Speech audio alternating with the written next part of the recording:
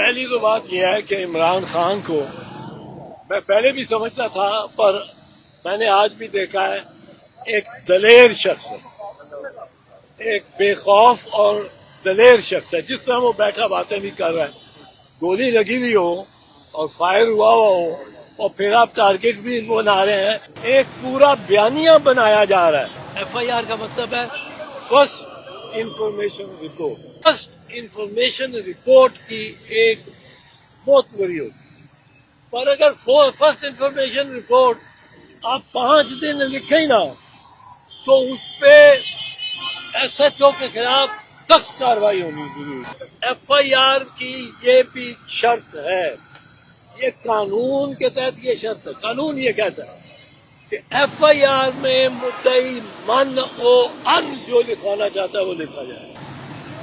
اس میں وہ میرا نام لکھوانا چاہتا تو لکھا جائے.